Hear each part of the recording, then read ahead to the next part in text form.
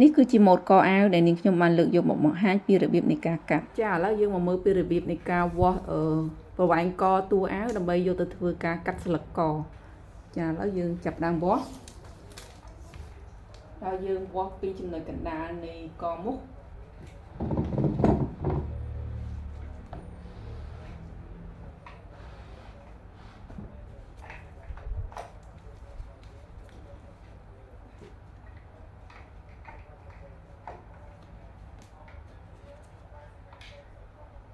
មកចំណុចកណ្ដាលនៃកក្រោយចាគឺមានប្រវែង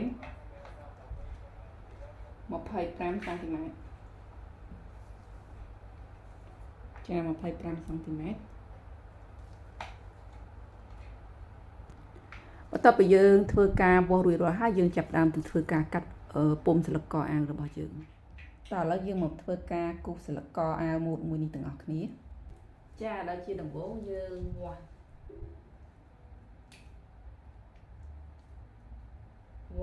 ចោលវាប្រវែង4 សង់ទីម៉ែត្រ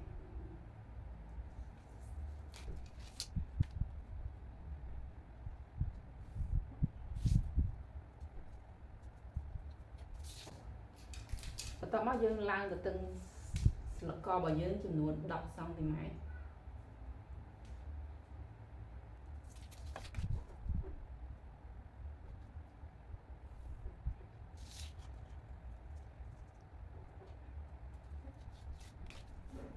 បន្ទាប់មកយើងចោល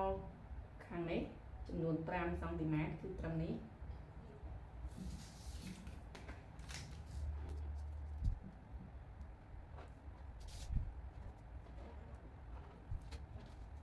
បន្ទាប់មកយើងមកក្រឹបប្រវែងកអាវរបស់យើងដែលប្រវែងកអាវរបស់យើងគឺមានប្រវែង25 សង់ទីម៉ែត្រ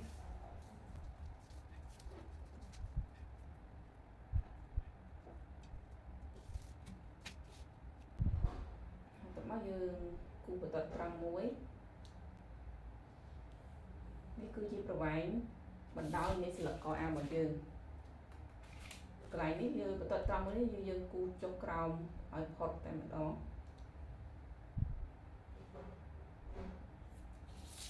ចាបន្ទាប់មកយើងប្រើកន្លែងនេះគឺយើងក្រិតវាពោះពីប្រវែងនេះមកប្រវែងនេះគឺចំនួន9 សង់ទីម៉ែត្រ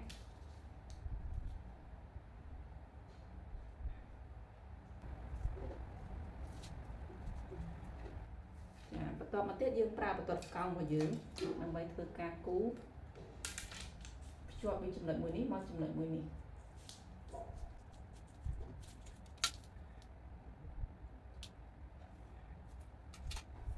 បន្ទាប់មកយើងចាប់ផ្ដើមគូត្រេកន្លែងកនេះនៅកនេះវារាងអែនអបន្តិចកន្លែងនេះរាងអោងបន្តិច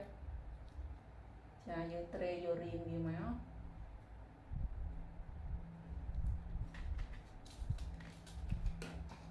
ទៅមកយើងប្រើបន្ទាត់កោងរបស់យើងគូសយកតែម្ដង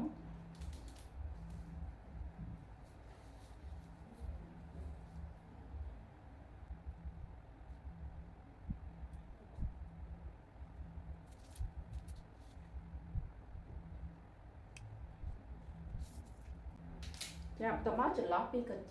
ចំណុចនេះមកបន្ទាត់នេះគឺយើងយកចន្លោះមួយលេខ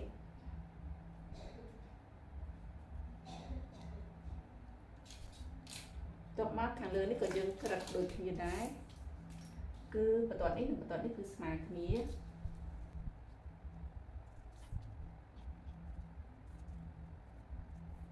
បន្ទាប់មកយើងប្រើបន្ទាត់កោងរបស់យើងគូសជាប់ពីចំណុចមួយនេះមកចំណុចមួយនេះ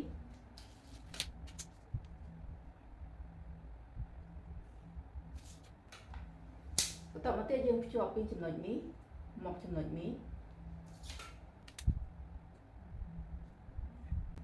ចាបានន័យថាយើងចេញខ្សែចុងស្លឹកផ្នែកខាងក្រោយរបស់យើងគឺ5 សង់ទីម៉ែត្រ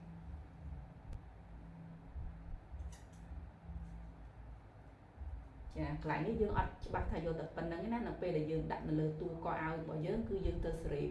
ស្រង់វាបន្តទៀតថាវាអាចខ្សែជ្រុលយើងអាចជាចោលបានអញ្ចឹងណាតែបើវាខ្សែស្ទើយើងនឹងពិបាកកែពុំមកអញ្ចឹងយើងយកសុខចិត្តយកឲ្យវា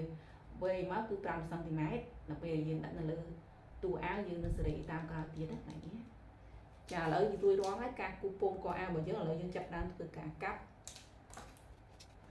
ចាប្រសិនបើបងប្អូនមានចម្ងល់អ្វីអាច comment នៅខាងក្រោមវីដេអូបាននាងខ្ញុំរីករាយនឹងចូលទៅឆ្លើយតបរាល់ comment បងប្អូនទាំងអស់ចាអរគុណច្រើនហើយបងប្អូនក៏កុំភ្លេចជួយចូលទៅចុច Subscribe Channel YouTube របស់នាងខ្ញុំម្នាក់មួយផងក៏ដូចជាជួយ Follow Page Facebook របស់នាងខ្ញុំឲ្យបានម្នាក់មួយផងដើម្បីទទួលបាននូវវីដេអូថ្មីៗជារៀងរាល់ថ្ងៃចារួចរាល់នេះគឺជាទម្រង់កអាវរបស់យើងគឺមានបែបនេះខាងនេះគឺខាងមុខហើយខាងនេះគឺខាងក្រោយឥឡូវយើងចាប់ដើមធ្វើការយកដាក់លោនៅលើតួអាវរបស់យើងវិញម្ដងចានេះគឺជាពុំកអាវដែលយើងបានកាត់អំបញ្ញមិញគឺយើងយកមកដាក់សាកនៅលើតួអាវគឺមានទម្រង់បែបហ្នឹងចាអញ្ចឹង